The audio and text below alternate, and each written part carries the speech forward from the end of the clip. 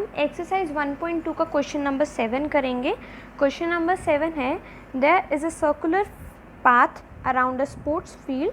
Sonia takes 18 minutes to drive one round of the field while Ravi takes 12 minutes for the same. Suppose they both start at the same point and at the same time and go in the same direction. After how many minutes will they meet again at the starting point? सो इस question में हम क्या करेंगे, इस question में हम LCM find करेंगे। LCM क्यों फाइंड करेंगे? क्योंकि हमें जो गिवन क्वांटिटी है, हमें गिवन क्वांटिटी क्या दे रखी है, हमें क्वांटिटीज़ 18 और 12 दे रखा है। हमें इन 18 और 12 से आगे बढ़ना है, हम इनके मल्टीपल्स ढूंढेंगे। 12 के मल्टीपल्स क्या क्या होते हैं? 12 के मल्टीपल्स क्या क्या होते हैं? 12 के मल्टीपल्स होते हैं 12, 24, 36। हमने आगे मतलब मल्टीपल्स जब बोला जाए यानी हमने 12 का टेबल चलना है, 48, 60 एंड सो ऑन। 18 के मल्टीपल्स क्या होते हैं? 18, 36, 54, 72, 90 एंड सो ऑन। यहाँ पे हमने क्या चला? 18 का टेबल चला।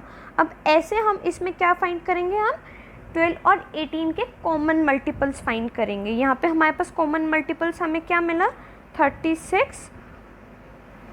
36 मिला, और तो कोई नहीं। हम जब आगे चलेंगे हमें और भी कॉमन मल्टीपल्स मिलेंगे, बट ये तो जस्ट आपको समझाने के लिए था। ये होता क्या है एक्चुअली, जब हमने आगे बढ़ना हो, जैसे अब हमने इस केस में यहाँ पर आगे बढ़ना था, जो हमें गिवन क्वांटिटी है, ये इस क्वांटिटी से हमने आगे बढ़ना था। आगे क्यों बढ़ना था? क्योंकि उन्होंने पूछा कि अब ये तो हो गया कि वो इतने पे, मतलब एक बार उन्होंने 0 पे करा, अब उसके बाद आगे वो कब करेंगे उन्होंने, क्योंकि ऐसा हमसे पूछा है। तो एक्चुअली इसको करने का तरीका क्या है? इसको करने के दो तरीके हैं। एक तो जैसे 12 और 18 को हम एक्सप्रेस करेंगे प्राइम फैक्टराइजेशन मेथड से as product of its multiple, या फिर एक दूसरा मेथड है, हम इन दोनों का कॉमन एलसीएम फाइंड करेंगे। I will tell you both ways, जोन सा आपको सूटेबल लगे आप वो कर सकते हैं। First way prime factorization method वाला हम करेंगे। 12 को हम 2 से करेंगे, विल गेट 6 को 2 से करेंगे 3 को 3 से 1, यानी 12 क्या आ जाएगा? 2 raise to power 2 into 3 raise to power 1। ऐसे ही हम 18 को करेंगे। 18 को हमने करा तो हमें क्या मिलेगा? 2, 9, 3, 3, 1। 18 क्या हो जाएगा? 2, 1 इंटू 3 रेज़ टू पावर 2। अब हम एलसीएम में हमें पता है लोअर हाईएस्ट पावर वाले नंबर्स लेते हैं। हाईएस्ट पावर वाले नंबर 2 रेज़ टू पावर और 2 रेज़ टू पावर 2 में से कौन सा आएगा? ओब्वियसली 2 रेज़ टू पावर 2 आएगा। और 3 रेज़ टू पावर 1 और 3 रेज़ टू पावर 2 में क्या आएगा? 3 रेज़ टू पावर 2 आएगा। तो हम इसको क्या करेंगे? 4 इंटू 9 दैट इज़ 36। ठीक है, तो हम क्या लिख देंगे लास्ट में? हम लास्ट में लिख देंगे so they will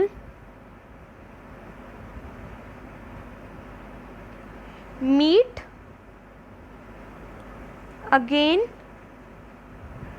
after, let me clear it।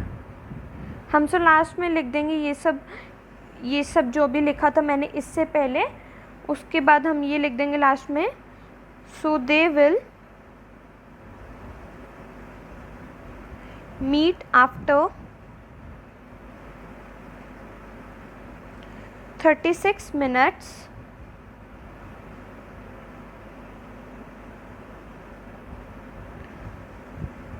at the starting point, जो कि हमें स्टेटमेंट में दे रखा है। ये सब लिखना ज़रूरी है। ये लास्ट वाली लाइन, इसके भी मार्क्स होते हैं, अदरवाइज मार्क्स कट हो जाते हैं। और दूसरा मेथड क्या है? दूसरा मेथड है हम 12 और 18 का कॉमन एलसीएम फाइंड करें। ये वाला मेथड हमने जूनियर क्लासेस में भी कर रखा है। 2 से करेंगे, विल गेट 6 एंड 9, 2 से करेंगे 3, 9 डिविजिबल नहीं है so it will remain as it is. अब 3 से करेंगे हम, हमारे पास आ जाएगा 1 3, फिर से 3 से करेंगे 1 1।